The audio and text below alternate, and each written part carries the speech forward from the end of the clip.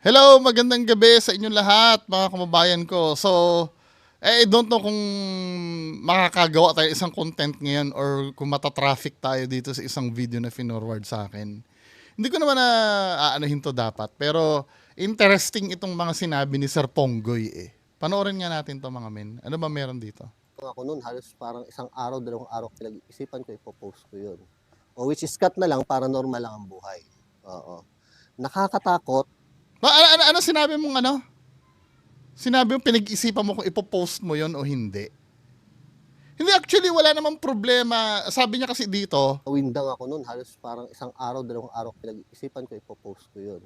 O which is cut na lang para normal lang ang buhay. di ba, ito kasi naging problem, Sir Ponggoy. Let's say, malinis ka, ano, wala kang kinalaman doon sa kamay na yon. Di ba? Pinag-isipan mo ka mo. Ang unang in-establish natin dito, nasabi mo, during editing, nakita mo yon, yung kamay na yon. Nung nakita mo yon, dapat kinonfirm mo na agad kasi parang pinalalabas mo baka pinrank ka eh or tinatakot ka eh. Dapat kinonfirm mo na muna, tawagan mo yung mga kasama mo doon. Oy, meron ba sa inyo na nagpakita ng kamay habang nagvi-video ako? Dapat gumawa ka ng parang na i-confirm mo 'yon. At kahit pa sabihin mo na na pinag-isipan mo kamo eh. Oo. Pinag-isipan mo ko ipopost mo lang. Granting na sasabihin mo yung totoo regarding do sa video.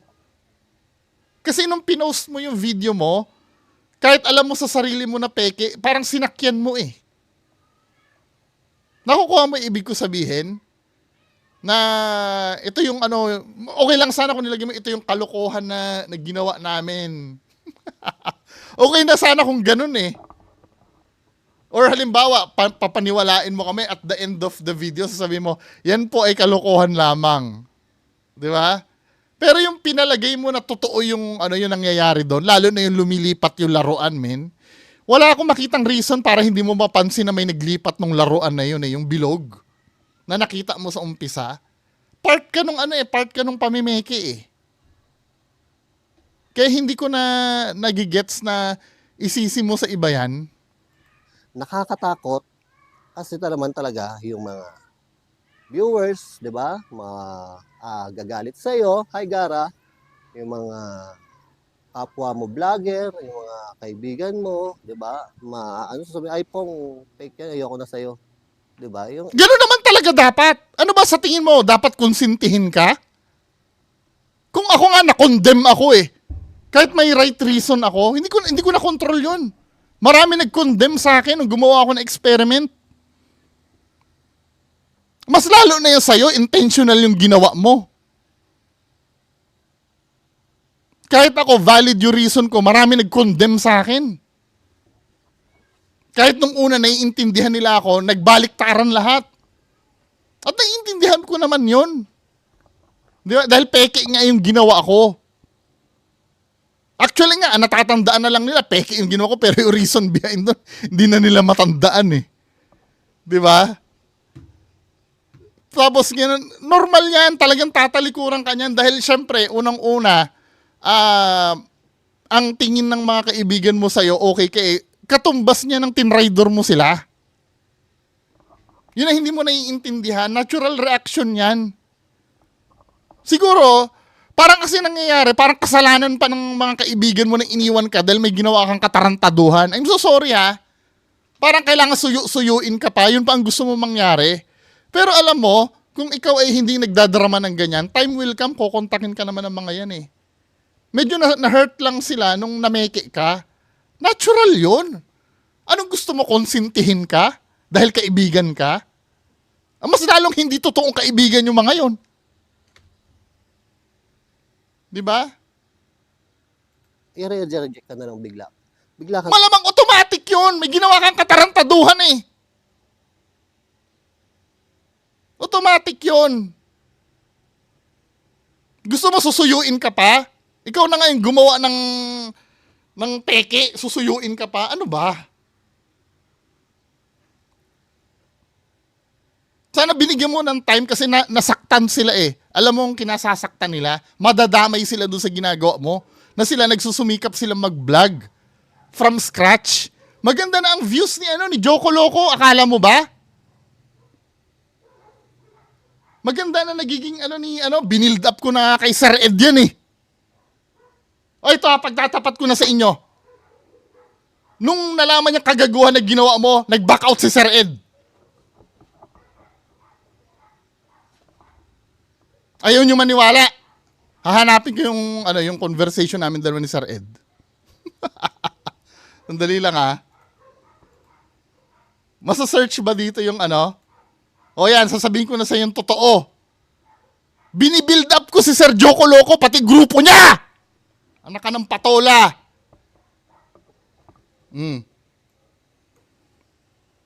Hanapin ko dito yung namin ni Sir Ed ha. Yan ang tunay na kaya prostrate sa'yo yung tao.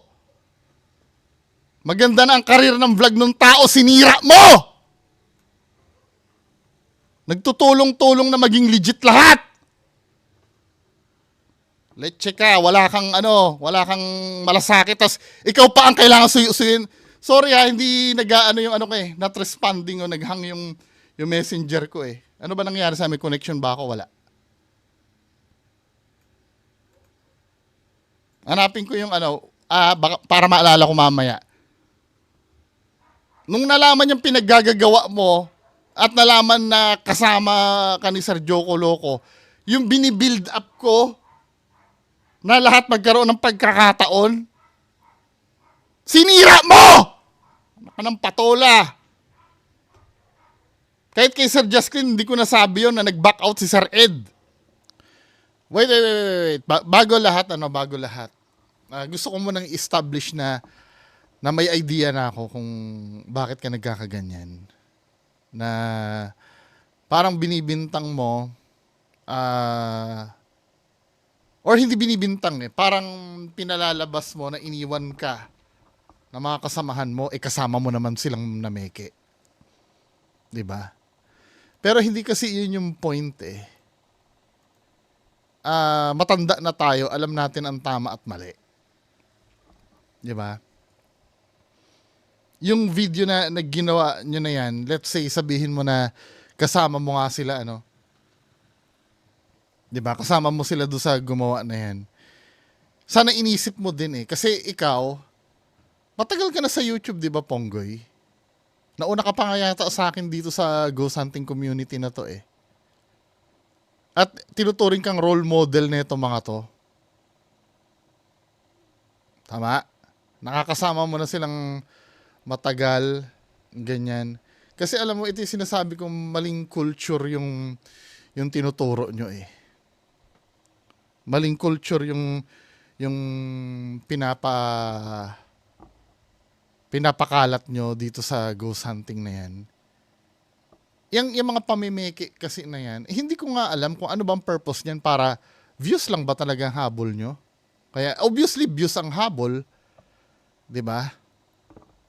Partially naririnig ko yung vlog mo, may parinig ka na sa sponsor Or magiging successful ka nga naman diyan pagka sobrang ganda ng video mo. Ang problem kasi niya, hindi sustainable yan Mamaya pag-uusapan natin yan bandang huli Pero gusto ko lang ipaunawa sa iyo na may idea na ako kung ano nangyayari diyan. Sa pagkakaintindi ko, yung pananalita mo na yan, partially pinariringgan mo yung mga kasamahan mo, medyo ang tunog parang bina-blackmail mo na sila yung ituturo mo, di ba? Diyan sa ginagawa mong yan. Di ba? Ako hindi ko gagawing accountable sila doon. Kahit pasabihin mo na tinulungan ka nilang mameke. Diyan sa video niyan. Unang-una sa mo yan video mo yung in-upload Video mo yung na-debunk Alam mo dapat, hindi ka pwedeng maghugas kamay kasi ikaw mismo ang may decision na i-upload mo yung peking video na yan. Hindi sila. Dahil pag-aari mo yung channel Diba? Yun sana maiisip mo, no? Kaya kahit ibulgar mo pa yung mga kasamahan mo dyan, wala akong pakialam. Hindi ko sa channel nila napanood. Kung kakalkalin mo yung mga dating ginawa, wala na rin akong pakialam doon. Naging kaibigan ko na sila, tapos na yung ginawa nila na yun eh. Ikaw lang talaga madidiin. Di ba? Halos maiyak-iyak na yung mga kasamahan mo dyan sa ginawa mo na yan. Tapos palalabasin mo pa parang may ibubulgar ka pa sa kanila. Alam ko na! Alam ko na! Kaya useless kung ilabas mo man yan o hindi. Basta nagkaroon na kami ng pact. Kung anong ginawa nyo na nakaraan, wala na akong pakialam doon, move forward tayo. Ayusin natin ito. Itong ghost hunting community, alisin na natin yung mga basura! Kaya sinasabi ko, di ba, ano ba ang goal ng pagde-debunk na to? Matagal ko na sinasabi. Hindi rin ito naiintindihan ni Ma'am Ashley Mendoza noon eh. Special mention ko kasi during nakikipag talastasan ako noon, nababasa ko yung mga comments niya. Hello, Ma'am Ashley Mendoza.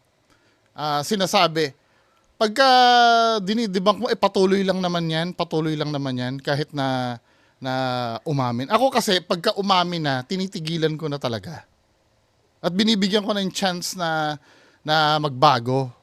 Or bahala sila kung magbabago sila o hindi. Ang importante kasi, may pinanghahawakan tayo na yung dating ginawa nila ay peke, may kamalian sila nagawa, in-acknowledge nila. Yun naman talaga ang purpose nun eh. Ngayon, the more na nagmamatigas, hindi rin ako titigil na kakadebunk. Kasi kung umamin na yung tao na yan, tapos gumawa uli ng kagaguhan, hindi ko na i-debunk pa kasi alam na ng tao eh. Hindi naman useless itong ginagawa ko eh. 'Di ba? Kasi kalimitan may mga tanong, mapipigilan mo ba Eka yan? Hindi naman pagpigil yung yung goal nito eh. Wala akong magagawa diyan. Mameki ng mameki habang buhay yan, nasa sa kanila 'yon. Pero once na umamin yung mga yan, meron na tayong panghahawakan sa kanila na worth it pa ba yan na ituloy nyo yan? Kaya kung gusto nyo pa rin isuportahan dahil confirm na peke na yan, gawin nyo ng tanga yung sarili nyo. Bahala kayo, sarili nyo yan. Di ba? Para lang ito doon sa mga tao na ayaw ng peke. Ngayon, kung gusto nyo yung peke, di go ahead. Marami naman nagdadahilan basta daw na-entertain sila, di go ahead. 'Di ba? Basta ako pag may tinanong sa akin, peke ba 'yan o peke? Wala namang doon. Hindi ko naman pinapatigil yan. Mag-vlog kayo na mag-vlog. 'Di ba? Ngayong found out na peke yung ginagawa mo at hindi ka pa rin umaamin, wala kang magiging doon eh. Hindi mo mariredeem yung sarili mo noon eh. Tamo, katulad nila Donsky, Kuya Red, hanggang ngayon pinaninindigan pa rin nila kahit hubad na sa katotohanan, kahit yung mga supporters nila, sinasabi na nilang peke yung vlog nila, paninindigan nila, nagmumukha lalo silang tanga. Di gawin nyo yan din, Ngayon, kung si Ponggoy aamin din, di okay na. Wala nang problema. Mameke na siya hanggat gusto niya. Lalayuan, para kang biglang nagkasakit, ganun yung naramdaman ko nung natakot. Ano gusto mo? Lapitan ka, suyuin ka? Sabi ko, tama naman si Mentor. Si Mentor si Ponggoy. Oo, para hindi kayo malito. Tama naman si Mentor. Malalaman ko talaga kung sino ang kaibigan ko. And then, nag-isip talaga ako. Sabi niya, huwag ka mag-alala, nandito naman ako. Sabi ko, may isa na. Sabi ko, 99% lang yung mawawala, possible na mawala. Ang iniisip lang kasi nito yung sarili niya no? Dapat ka lang talaga layuan dahil napaka-selfish mong tao. Actually, kung tutuusin, hindi lang mga kaibigan mo na damay pati yung mga nag-content doon sa bahay na pula na yun Alam mo, iisipin ng mga tao doon? Yung kay Ponggoy, malamang yung mga nagparamdam dyan. Sila Dax pumunta doon, di ba? Tapos may nagdala pa ng gadget doon na umawawala na saysay yun. Dahil nasa thinking na ng tao, nung si Ponggoy nga, umakting dyan Di ba? Tapos merong punto daw dito na parang ako pa yung sinisisi mo, na bumababa yung views. Yun. Hahanapin ko yun. talagang nag-alangan ako. Tapos, then, yun nga, lumabas na yung, in-upload ko na talaga yung video. Oo, talagang, kinat ko yung huli, yung paliwanag dun sa, tungkol dun sa kamay. Kasi gusto kong malaman kung anong mangyayari. Kung anong reaksyon nyo, kung anong reaksyon ng mga Hindi eh. kasama ko, yung mga kachat ko na kapwa vlogger. Palusot mo na lang yan, men eh. Yun na yung plan mo? Yung reaction? And then it started, doon na nga talaga, na merong mga nag-message na, pre, layo muna kami. Pre, O, maayos naman pala ang ano eh. Maayos lang naman pala ang ano mo eh. Ang paalam sa'yo eh. gano'n. Yung mga gano'n. So, doon ko talaga nakita kung sino yung dapat mo samahan, sino yung sasamahan Maayos ka naman palang sinabihan eh. Sana na-realize mo yung ginawa mo, men. ka hanggang sa huli. Doon ko Ewan ko dito kay Ponggoy. Ang gusto mo mangyari, konsintihin ka. Katulad ng mentor na sinasabi mo. Yung mentor mo, hindi ka masamahan sa vlog mo eh. Buti nga yung mga yan, nabibigyan ka ng chance na masamahan ka eh. Hindi ko na nakukuha yung kailangan malaman mo kung sino yung totoong kaibigan mo. Ilang taon na ba kayong magkasama? Nang dahil doon, men?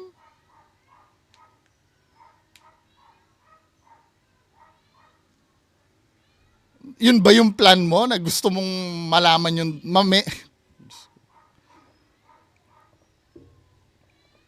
Ang tanong doon, aaminin mo bang peke yun kung hindi nahuli? talaga nakita. It's well worth it naman talaga. Oo. Which is, alam mo yun, parang, medyo disappointed ako. Pero, may mga nagtatanong, doon ako nakakatuwa naman, may nagtanong, ano bang nangyari? Ganyan. Ano bang nangyari? Kanino ba yon? Oo. May mga curious at merong walang pakailam. 'Di ba? So, I promise to those person na syempre, wag po mag-aano tayo. Sasama tayo kung kailangan magprotektahan tayo. May plano talaga to magpekean. Ibig sabihin, ito, inaamin niya na may kasama talaga siya doon na magpoprotektahan sila. Ito yung aasahan nyo, napapanoorin nyo. Sa pagmumukha nyo, sinasabi na pinagpaplanuhan na nila yung pagmameke sa inyo eh. Magpoprotektahan daw sila. Ano pa aasahan mo sa mga videos nito? Alam mo, mas nakakabuti hindi ka na lang dapat nagsalita eh. Ayan oh, sinasabi niya. Oh. So, I promise to those person na syempre, wag po mag-aano tayo. Magpoprotektahan daw sila. So dito pa lang, indirectly inaamin niya na talaga na may kasabwat siya doon sa video. Ano yung sinasabi mong baka nam-prank sa'yo o nanakot sa'yo? Merong walang pakailam, 'di ba? So, I promise to those person na syempre, wag po mag-aano tayo. Sasama tayo kung kailangan magprotektahan. Alam mo, sa totoo lang, prone sa misunderstand. Baka nga mamaya iniisip ko din, nagkakamali ako ng pagkakaintindi sa'yo. The way ka kasi magsalita, paligoy-ligoy kami eh. Hindi namin ma-establish sino ba yung sinabihan mo magpoprotektahan kayo? Yung nagtanong sa'yo? Or yung kasabwat mo doon? Kasi ito yung pagkakasabi mo eh. May nagtanong, ano ba nangyari? May nagtanong. Ganyan. Ano bang nangyari? Kanino ba yon? Kanino ba yon? Yun ang tanong. Curious at merong walang pakailam. Hmm. So, I promise to those person na syempre, Sinong those person yun? Yung nagtanong? Or yung kanino ba yon? Kasi kung kanino ba yon, harap-harapan, inaamin mo sa mga audience mo, nagsasabwatan kayo. Kino-confirm mo dito na may kasabwat ka doon na magpoprotektahan kayo. What purpose na bakit magpoprotektahan kayo? wag po mag-aano tayo. Sasama tayo kung kailangan magprotektahan tayo. Actually, Yun ang mali.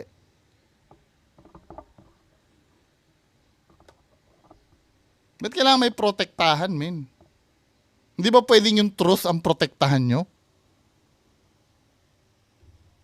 Sa totoo lang, sa experience ko dito sa pagbablog, nakikita ko sa ibang nakikita ko sa ibang grupo o ibang vlogger, yan ang nagiging problema. Nagkakaroon sila ng issue. Pag nagkaroon ng problema yung isa, watak-watak na kagad. Minsan nag-aaway-away pa. So, kung gusto ko i-improve yung channel ko, kung kakaroon ako ng ganyan, i-improve ko, gusto ko syempre magkasama tayo, di ba? Kahit magpipitan tayo ng itlog, di ba? Walang magiging problema. Hindi naman maganda yon. Ang gusto mo mangyari, magkukonsintihan kayo. Ano pang credibility ng mga makakasama mo? Hindi, agree ba kayo nun? Kahit magkapit-pitan daw sila ng itlog, parang walang aamin. Yun ang ano ko eh. Baka nagkakamali lang ako, binibigyan ko kayo ng permiso na i-correct ako. Baka iba yun na iintindihan ko eh. Pero yung the way na pananalita niya na magprotektahan, magkapit-pitan ng itlog, bakit? Ibig sabihin may tinatago kayo nun eh. May hindi dapat kayong aminin.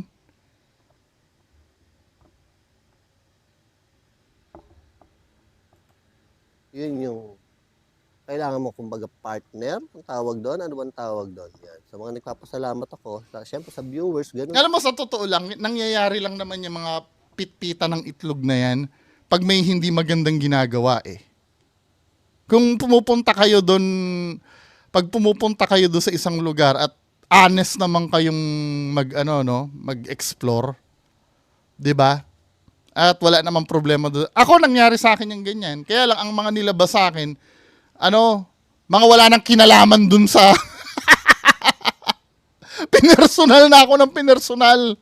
'Di ba? Yung sa ghost hunting, walang nasita sa akin tungkol sa pag-ghost hunting, pati sa pagdedebunk ko.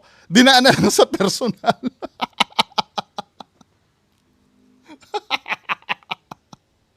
Di ba? Pero yung ganyan, kung wala naman kayong ginagawa masama sa exploration nyo, kahit mag-away kayo, wala namang ilalabas sa'yo eh. Maliban na lang kung naikwento mo yung personal na buhay mo, yun talaga, ilalabas talaga sa'yo yun. Di ba? Yung mga tungkol sa'yo, pati yung mga bagay na, di ba? Pero yung regarding sa ghost hunting nyo, kung wala kayong ginagawa na nakagaguhan dun sa ghost hunting, wala namang doon. Wala namang, kahit na layasan ka niyan, hindi ka naman matatakot niyan eh. 'Di ba? Wala naman siyang sa'yo dahil bakit nung nagsama naman tayo na nag-ghost hunting tayo, wala naman tayong katarantaduhang ginawa eh. 'Di ba? Maliban na lang kung ganun ang gagawin mo, mangangamba ka talaga doon. Then malalaman mo kung sino ang kaibigan mo sa viewers, di ba? Siyempre, kilala nyo ako. So, wala kayong pakialam kahit ano i-upload ko. No! No! Yun ang mali! Na dahil kilala ka, walang pakialam kung ano i-upload sa'yo? Kahit ka bullshitan? Ano ba? Yung mga alam mo, yung love na tinutukoy mo, love ng kaibigan at love ng viewers, nasasaktan yung mga yan pag nalalaman na kabullshitan yung ginagawa mo. Huwag mo i-expect na lahat ng tao kukonsintihin ka. Mas lalong mahal ka ng mga tao na hindi ka kinukonsinte. Kasi ayaw nilang ganun ka. Hindi yan kukontra dahil ang gusto nila sarili lang nila, para sa iyo yun, kaya sila kumukontra. Kaya kasi may nakita sila mali. Ito sinasabi ko, hindi naman ako perpekto. Pero every time na nagkakamali ako ng sasabihin dito sa vlog ko, mali yung information na sinasabi ko, mali yung pronunciation ko. Kadalasan yung pronunciation mali ang pronunciation ko eh. Naalala ko noon yung placebo. Placebo, yung pala placebo pala ang kinorek ako. 'Di ba? Tapos yung isa, hindi ko makakalimutan yun eh. Yung isa si Sir, may sinita ako na, ba't na ba nagigitara hindi kasama yung ulo? Then sinabi niya sa akin, mali ka mo ako, meron akong channel na gitara. Tinignan ko, ay oo nga pala. Di ba, kinokorek nila ako pag mali ako. At alam ko naman, i-validate, ang mga pinapansin kong sita sa akin, yung talagang mali ako, hindi ko naman pwede mabago yun kung talaga nagkamali ako dun sa sinabi ko eh. Hindi ako perpektong tao. Baka kung paramihan tayo ng mali, paramihan tayo ng mali, Sir Ponggoy. Mas maraming mali ang ginawa ko. Lalo na sa personal kong buhay. Di ba? Baka malaman mo yung mga pinaggagawa ko sa personal kong buhay. Maging santo papa ka. Sa pagbablog naman, sobrang dami kong maling ginawa din. Lalo na yung may mga information akong binibigay dito. Dati noon, nung nag-i-start ako mag-vlog, basta may marinig akong information, sinasabi ko kagad nang hindi ko pinag-iisipan. Nangyayari sa akin dati yan, hindi ako perfectong tao. However, pag may nagko-correct sa akin, no, pati yung yung the way ako mag-interview dun sa legal advisor ko, napuna ako hindi ko daw muna pinapatapos yung salita. Ini-interrupt ko daw kagad. Ano yung tinanggap ko yun? Dahil criticism yun Pero ang hindi ko tinatanggap yung tanggalin mo ang maskara mo. Yung naninira ka lang. Kahit hindi ko naman ginagawa, ilalaban ko yung mga ganung bagay. Hindi naman talaga ako naninira. Di ba? Ano mga sinisita sa akin ni may supporter ka dito sumisita sa akin, basahin ko. Ito yung mga hindi ko pinapansin, yung mga sitang ganito.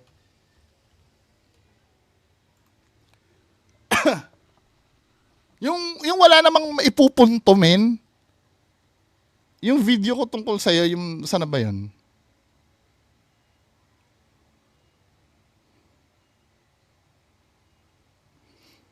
Ito, no? Yung mga ganitong sita, nilalabanan ko kasi ang mga pinaglalaban kasi ng mga supporter mo, wala Katulad nito, no? Ang gusto mo sabi mo, kung saan ka si Ponggoy pala yung inaano niya, hindi pala yan, sorry. Si, anong name nun?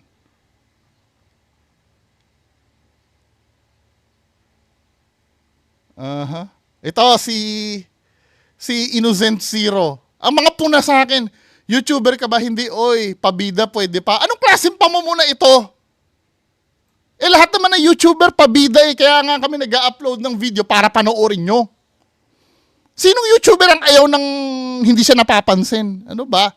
Kaya nga, di ba, kalimitan, ako lang yatang hindi gumagawa nung na, hoy, subscribe kayo sa channel ko, hit the notification bell. Ako nga lang yatang hindi gumagano na YouTuber Tapos sasabihin nyo ako yung pabida?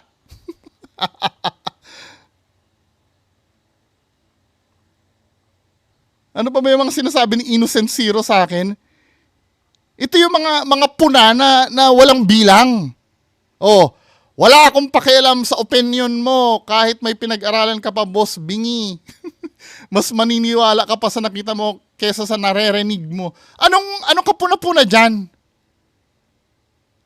Wala akong paki sa opinion mo, okay? Ganyan ba gawain mo, magpapansin sa umagat, sa umangat sa YT porkit wala masyado nanonood sa'yo. Anong klaseng puna ito? Puna ito ng bobo Pag mga ganito, kinakalos ko talaga yung mga ganyang comment sa akin na walang kwenta. Tignan mo, yung sinasabi niya reaction ko, papansin lang daw sa mga umaangat sa YT. Bakit yung Ponggoy mo, hindi ba nagpapansin yan nung gumawa siya ng peke? Ayan harap-harapan na nga kayong tinatarantado Magpoprotektahan daw Ano ba? Ayoko na maghangad ng mga random viewers na yung sasama-sama lang and then afterwards biglang mawawala, ganon. Ayoko nang ganon. Sabi ko, kung nga naman, kung i-improve mo yung channel ko, kailangan kasama yun. Kailangan yung quality, lahat kailangan quality, di ba? From viewers, kasama, talagang iikot lang sa inyo. So feeling mo quality yung ginawa mo? Then, syempre, ipapasalamat ako dun sa debunk, oo, kasama yun sa plano. Hindi, wag niyong ma-misinterpret wala kaming contact nun. We just have to tap the emotion para mangyari yun. Kasi kung hindi siya na-debunk, mawawalan ng silbi. Mawawalan ng silbi yung gusto kong outcome. Come on. Di ba? Nagpapalusot ka na lang dito, men Paligoy-ligoy ka eh. Mawawalan Nadebunk ka lang talaga. Wala naman talagang outcome kang hinihintay. Akala mo magiging normal ang lahat. Eh may nakahalata sa totoo lang, hindi ako nag-debunk nun. Na akong nagkusa. May nag-request sa akin ng video mo dahil hindi naniniwala. Ipakita ko sa iyo ha. Na yan ay pinasa lang sa akin yung video mo na yan. Ano ba name nung nagpasa sa akin yan? Hindi ko naman talaga pinapansin yan eh. Sabi sa akin, sir, tingnan mo to. May kamay daw na nakita. Hindi naniwala sa ginawa mo. Ako lang yung nag-voice out. Ano ba name mo, sir? Si Mark Kevin Kalutong. Ito, papakita ko sa iyo ha. Kasi akong pinagbibintangan eh. Lalo na yung bugok na supporter mo eh. Ako daw yung naninira eh. Ni-request lang naman sa akin yan. Asan ba dito yon yung request niya, ano? Nung una nga, hindi ko makita yung kamay na yun eh. Kung nasaan eh. Oh, ang sabi dito, ito galing kay Mark Kevin Kalutong. Ito ay Wednesday. 8 a.m. niya sinend sa akin. Oh, hello sir, good morning. Baka pwede mong ma-react ito. May kamay kasi sa bintana, hindi niya yata napansin bandang 3:25. Sir, pwede, hindi ko nga mag-gets kung nasan yung kamay eh. Sir, pwede ba screenshot at bilugan nasan yung kamay? Ni-screenshot niya sa akin, ayun, may kamay pala talaga. Ibig sabihin, hindi confident yung yung nanonood sa'yo. Huwag mong palabasin na kasama lahat sa plano mo yan. Ano ba, Pongkoy? ng Silvio. Yun nga sabi ni Mentor, huwag kang mag-alala. 95% talaga i-debunk yan. Kasi nabalitaan ko, yun nga, medyo mababa na raw. So mababa na ang horror community daw. Ngayon. Oh.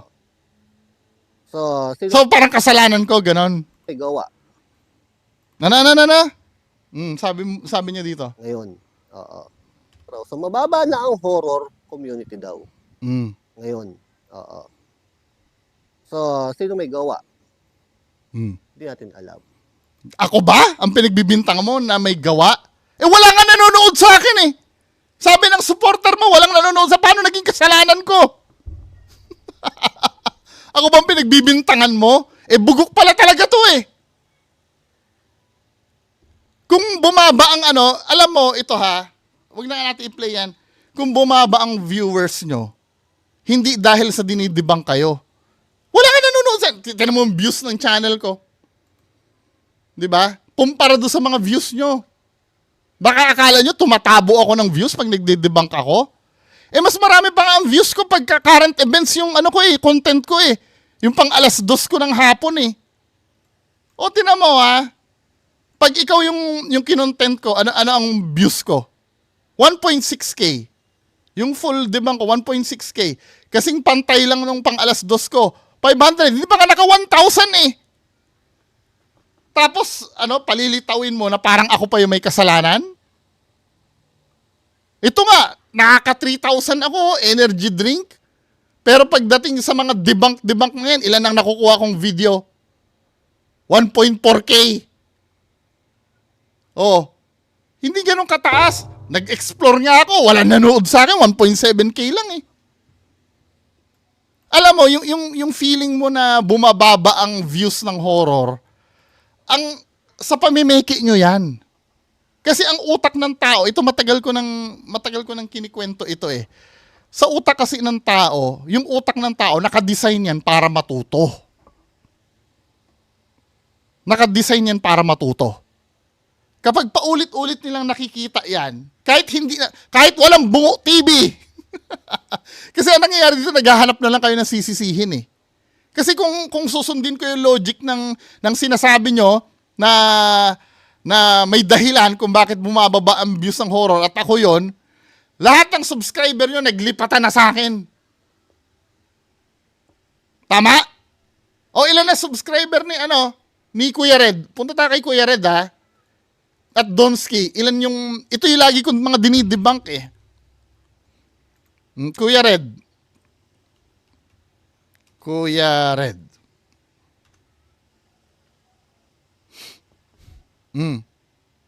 Si Kuya Red ay merong subscriber na 398,000. Pero ang average view niya ngayon, 5.5K.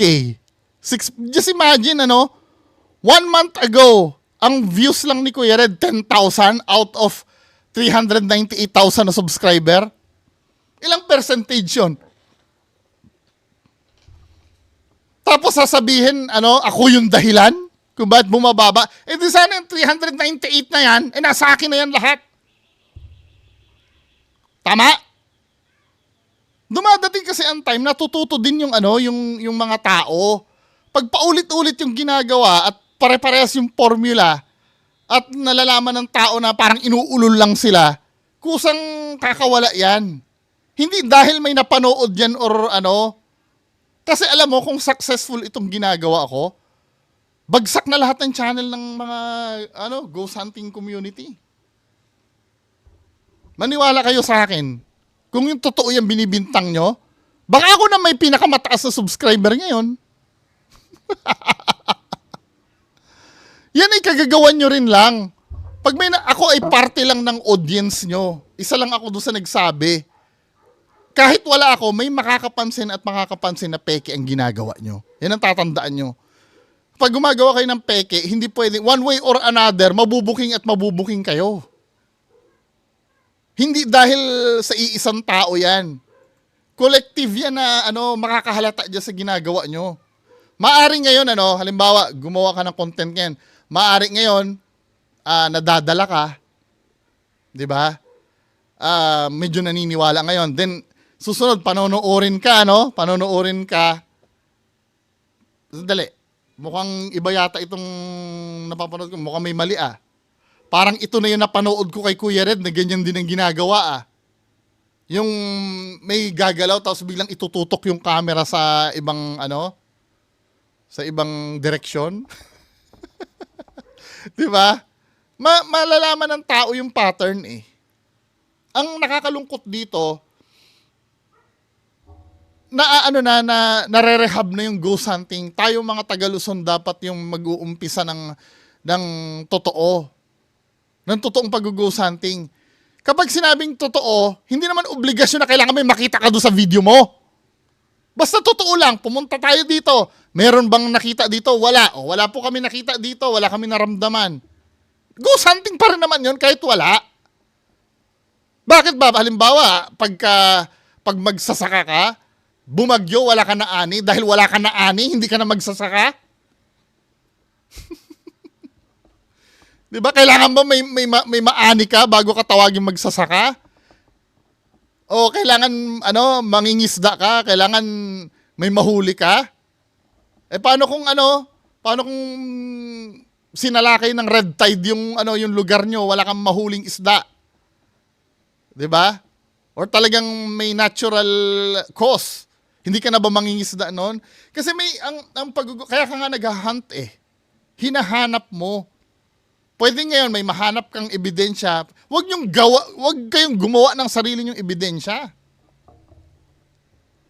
'Di ba? Kung gusto nyong maging legit, hindi naman porkit legit kailangan may makikita na Now, may mga legit na nagkakamali talaga. Yun kasi ang simpleng definition ng legit. Basta truthful ka lang sa ginagawa mo, it doesn't matter kung may makuha ka o wala. Magkamali ka man, pwede ka pa rin naman maging legit kahit nagkamali ka Katulad ng explanation ko, may narinig kang boses na umiiyak. Then na-debunk nung mga nanood sa'yo na feeling ko hindi iyak yan. Pusa lang yan. Ganyan kasi ang tunog ng pusa namin. Hindi ka naman namimeke nun Nagkamali ka lang ng interpretasyon. Kasi yung pagiging bias sa video, natural naman yan Bias ka dun sa kinunan mo. Hindi naman kabawasan ng credibility mo yun pag nagkamali ka ng interpretasyon doon sa video mo. Ibang-iba yan doon sa nag-set up ka na may kamay doon sa bintana na isadyain mo na makita ng tao yung kamay doon sa bintana mo. Na may kinausap ka na sinasabi mo na nagpoprotektahan kayo. Anyway, mga kababayan ko, hindi ko na itutuloy na high blood lang ako Pinagsabihan na nga ako na wag ma-stress Kita-kits na lang tayo do sa video natin bukas. Hindi na natuloy yung isang re-reactionan kong video. So sana maliwanag tayo, no? Ang nangyari diyan, kung gusto nyong ipagpatuloy yan, total binuking mo na yung sarili mo na magpoprotektahan kayo kung sino man yung sinasabi mo na yon, 'di ba? Bahala kayo, pagpatuloy nyo yan, patuloy din naman magmamatsyag yung mga hindi lang naman ako eh. Ngayon, pag sinare na naman sa akin yung video, may kabulshitan na naman, wala na maniniwala dyan sa video na yan.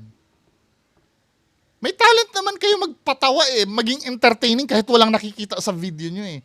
Bakit nyo sinira yun? Ano ba? Anyway, mga kababayan ko, yan lang po muna mapapag-usapan natin ngayong gabi. Magandang gabi po sa inyong lahat. Bye-bye.